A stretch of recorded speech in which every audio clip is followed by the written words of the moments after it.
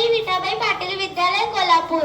आदरणीय व्यासपीठ, पूज्य गुरुजन वर्ग आणि येथे उपस्थित माझ्या बालमित्रांनो, आज 1 ऑगस्ट भारतीय स्वातंत्र्य लढ्याचे आद्य नेते आणि तेजस्वी विचारवंत लोकमान्य बाळ गंगाधर टिळक यांची पुण्यतिथी.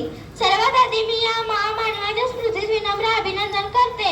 स्वराज्य हा माझा जन्मसिद्ध हक्क आहे आणि तो मी मिळवणारच. देशीय गर्जना करून इंग्रजी सत्तेचा पाया हादरवून सोडणारे थोर नेते म्हणजे लोकमान्य टिळक. त्यांचा जन्म 23 जुलै 1856 रोजी रत्नागिरीतील चिखली या गावी झाला. ते लहानपणापासूनच अत्यंत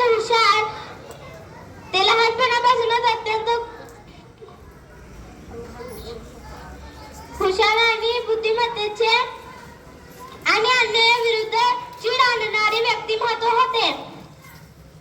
लोकमान्य टिळक एक राजकीय नेते नव्हते, तर ते शिक्षक, पत्रकार, समाजसुधारक आणि थोर विचारवंत होते. इंग्रजांविरुद्ध लढा देण्यासाठी आणि भारतीयांमध्ये राष्ट्रीय भावना जागृत करण्यासाठी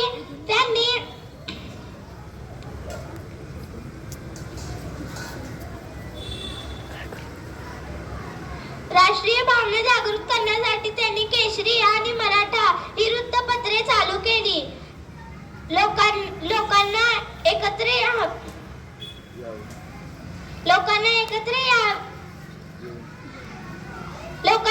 यावे या विचारांनी देवाणघेवाण व्हावी आणि एकजूट निर्माण व्हावी म्हणून या उपदेशाने त्यांनी सार्वजनिक गणेशोत्सव आणि शिवजयंती उत्सव साजरे करण्यास सुरुवात केली.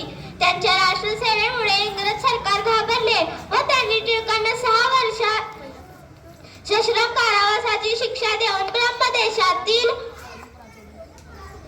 मांडेलेच्या तुरुंगात पाठवले. परंतु त्या कठीण काळातही टिळकांनी हार मानली नाही. त्यांनी तुरुंगात असताना गीता रहस्य हा अजरामर ग्रंथ लिहिला.